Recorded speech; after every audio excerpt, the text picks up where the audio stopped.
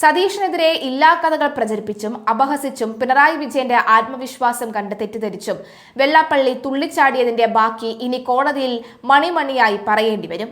സതീഷിന് പകരം ചെന്നിത്തലയെയും ലിജുവിനെയും ബിന്ദു കൃഷ്ണയെയും ചാക്കിട്ടു പിടിക്കാനുള്ള നടേശൻ മുതലാളിയുടെ നീക്കവും പാളി.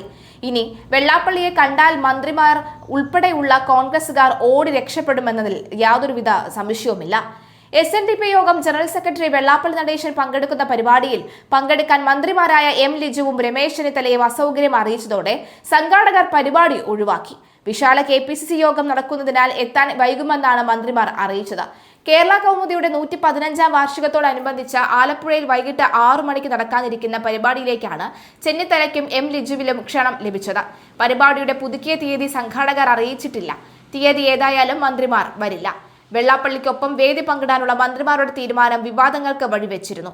ഒപ്പം മന്ത്രി ബിന്ദു കൃഷ്ണ വെള്ളാപ്പള്ളിയെ സന്ദർശിച്ചതും BDJS നേതാവ് തുഷാർ വെള്ളാപ്പള്ളിയും രമേശ് ചെന്നിത്തലയും ഒരേ പരിപാടിയിൽ വേദി പങ്കിട്ടതും വിവാദമായിരുന്നു. വർഗീയ പരാമർശങ്ങൾ നടത്തിയ നേതാവിനെ കാണാൻ പോയത് തെറ്റാണ് എന്ന് യൂത്ത് കോൺഗ്രസിൽ നിന്നടക്കം ബിന്ദു കൃഷ്ണയ്ക്കെതിരെ വിമർശനം ഉയർന്നിരുന്നു. വെള്ളാപ്പള്ളിയുടെ മുന്നിൽ ബിന്ദു കൃഷ്ണ കൈകൂപ്പി നിൽക്കുന്നതും അദ്ദേഹം തലയിൽ കൈവച്ച് അനുഗ്രഹിക്കുന്നതുമായ ചിത്രം വെള്ളാപ്പള്ളി ഔദ്യോഗിക പേജിലൂടെ പുറത്തുവിട്ടതോടുകൂടിയാണ് വിമർശനങ്ങൾ ഉയർന്നത്. തിരികെ പോകുമ്പോൾ DCC ഓഫീസിൽ കൂടി കയറണേ എന്ന് കോൺഗ്രസുകാർ തന്നെ മന്ത്രിയെ പരിഹസിച്ചു. ആലപ്പുഴയിലെ മന്ത്രിമാർ ആദരിക്കൽ ചടങ്ങ് ബഹിഷ്കരിച്ചതിന് പിന്നിൽ VM സുധീരനാണ്. SNDP യൂണിയൻ സെക്രട്ടറിയുടെ മരണം SIT അന്വേഷിക്കാൻ പോവുകയാണ്. അന്ന് പിണറായി സർക്കാർ ഒന്നും ചെയ്തില്ല. ഈ വൈകിയ വേളയിലെങ്കിലും നീതി നടപ്പാക്കിയേ തീരൂ എന്ന VM സുധീരന്റെ കത്താണ് നിർണായകമായത്. KK മഹേഷിന്റെ ആത്മകഥയിൽ പുനരന്വേഷണം ആവശ്യപ്പെട്ട് അദ്ദേഹം മുഖ്യമന്ത്രിക്ക് കത്ത് നൽകിയിരുന്നു. SNDP യോഗം കളിച്ചിക്കുളങ്ങര യൂണിയൻ സെക്രട്ടറിയും മൈക്രോ ഫിനാൻസ് പദ്ധതി സംസ്ഥാന കോർഡിനേറ്ററുമായിരുന്ന KK മഹേഷിന്റെ ആത്മഹത്യയിൽ പ്രത്യേക സംഘത്തെ നിയോഗിച്ച് പുനരന്വേഷണം നടത്തണമെന്ന് ആവശ്യപ്പെട്ട് മുതിർന്ന കോൺഗ്രസ് നേതാവ് VM സുധീരൻ മുഖ്യമന്ത്രി VD സതീശന് കത്ത് നൽകി. മഹേഷിന്റെ ഭാര്യ ഉഷാദേവി നീതി ആവശ്യപ്പെട്ട് മുഖ്യമന്ത്രിക്ക് നൽകിയ അപേക്ഷയും സുധീരൻ ഇതോടൊപ്പം കൈമാറിയിട്ടുണ്ട്. ഈ ദാരുണമായ സംഭവത്തിൽ മുൻപ് മുഖ്യമന്ത്രിയായിരുന്ന പിണറായി വിജയന് ഉഷാദേവി കത്ത് നൽകിയിരുന്നെങ്കിലും മുൻ സർക്കാരിന്റെ ഭാഗത്ത് നിന്ന് ഫലപ്രദമായ യാതൊരു നടപടിയും ഉണ്ടാകില്ലെന്ന് VM സുധീരൻ കത്തിൽ കുറ്റപ്പെടുത്തി. SNDP യോഗം ജനറൽ സെക്രട്ടറി വെള്ളാപ്പള്ളി നടേശനുമായി അടുത്ത ബന്ധം പുലർത്തിയിരുന്ന KK മഹേഷിനെ കളിച്ചിക്കുളങ്ങര യൂണിയൻ ഓഫീസിനുള്ളിലാണ് ജീവനൊടുക്കിയ നിലയിൽ കണ്ടെത്തിയത്. മരണത്തിന് മുൻപ് വെള്ളാപ്പള്ളി നടേശൻ എഴുതിയ 32 പേജുള്ള കത്തും ക്രൈംബ്രാഞ്ച് മേധാവിക്കും CIക്കും പ്രത്യേകമായി എഴുതിയ കത്തുകളും സമൂഹ മാധ്യമങ്ങളിൽ പങ്കുവച്ച ശേഷമായിരുന്നു മഹേഷിന്റെ ആത്മഹത്യ. വെള്ളാപ്പള്ളി നടേശനിൽ നിന്ന് അനുഭവിച്ച കടുത്ത മാനസിക പീഡനങ്ങളും കള്ളക്കേസുകൾ കുടുക്കി ജയിലിലാക്കുമെന്ന ഭീഷണിയുമാണ് തന്റെ ഭർത്താവിന്റെ മരണത്തിന് കാരണമായത് എന്ന് ഭാര്യ ഉഷാദേവി ചൂണ്ടിക്കാണിച്ചിരുന്നു. മൈക്രോ ഫിനാൻസിലെയും SNDPയിലെയും ക്രമക്കേടുകളുടെ മുഴുവൻ ഉത്തരവാദിത്വവും മഹേഷിന്റെ തലയിൽ കെട്ടിവെച്ച് വേട്ടയാടാൻ ശ്രമിച്ചതായും ആത്മഹത്യാ കുറിപ്പുകളിൽ പരാമർശം ഉണ്ടായിരുന്നു.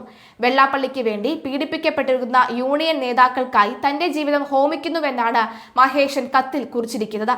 ലോക്കൽ പോലീസിന്റെ അന്വേഷണത്തിൽ തങ്ങൾക്കൊട്ടും വിശ്വാസമില്ലെന്ന് മഹേഷിന്റെ കുടുംബം നേരത്തെ തന്നെ വ്യക്തമാക്കിയിരുന്നു. അന്വേഷണത്തിന്റെ ഒരു ഘട്ടത്തിൽ പോലീസ് കണ്ടെത്തിയ സുപ്രധാനവും പ്രസക്തവുമായ പല രേഖകളും തമസ്കരിക്കപ്പെടുന്ന ദുരവസ്ഥയിൽ ഉണ്ടായിട്ടുണ്ടെന്ന് VM സുധീരൻ ആരോപിച്ചു. മഹേഷിന്റെ ആത്മഹത്യാ കുറിപ്പുകളിൽ തുറന്നു പറഞ്ഞിരുന്ന ഗുരുതരമായ വസ്തുതകളെക്കുറിച്ചും ശരിയായ രീതിയിലുള്ള അന്വേഷണം നടന്നിട്ടില്ലെന്നാണ് യാഥാർത്ഥ്യം. പോലീസ് കണ്ടെടുത്ത സുപ്രധാന തെളിവുകൾ അട്ടിമറിക്കപ്പെട്ട സാഹചര്യത്തിൽ വൈകിയ വേളയിലെങ്കിലും നീതി നടപ്പാക്കാൻ സർക്കാർ തയ്യാറാകണം.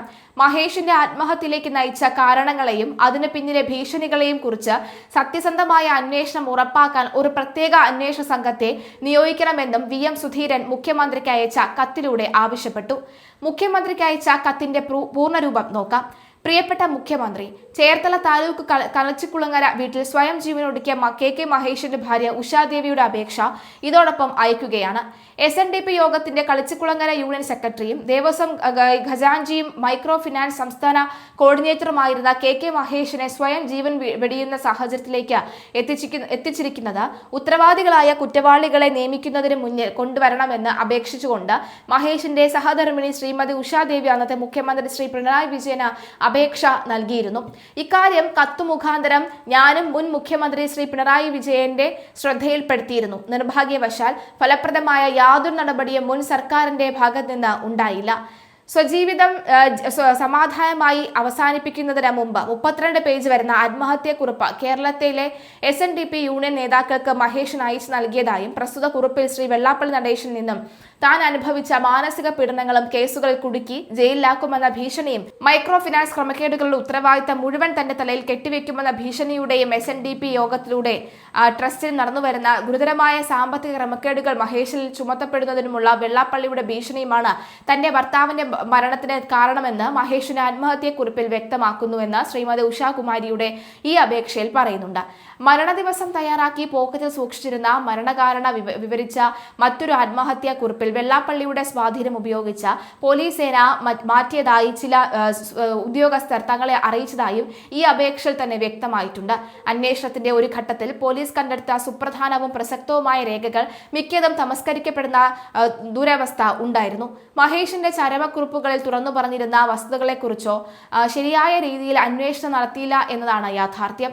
ഇതെല്ലാം കണക്കിലെടുത്ത് ഇനിയെങ്കിലും നാടിനെ നടുക്കിയ ഈ ദാരുണ സംഭവത്തെക്കുറിച്ച് സത്യസന്ധരും നിഷ്പക്ഷരും കാര്യപ്രാപ്തിയുമുള്ളവരായ നല്ല പൂർവ്വകാല പശ്ചാത്തലമുള്ള പോലീസ് ഉദ്യോഗസ്ഥരെ നിയോഗിച്ചുകൊണ്ട് കൃത്യമായ അന്വേഷണം നടത്തേണ്ടിയിരിക്കുന്നു.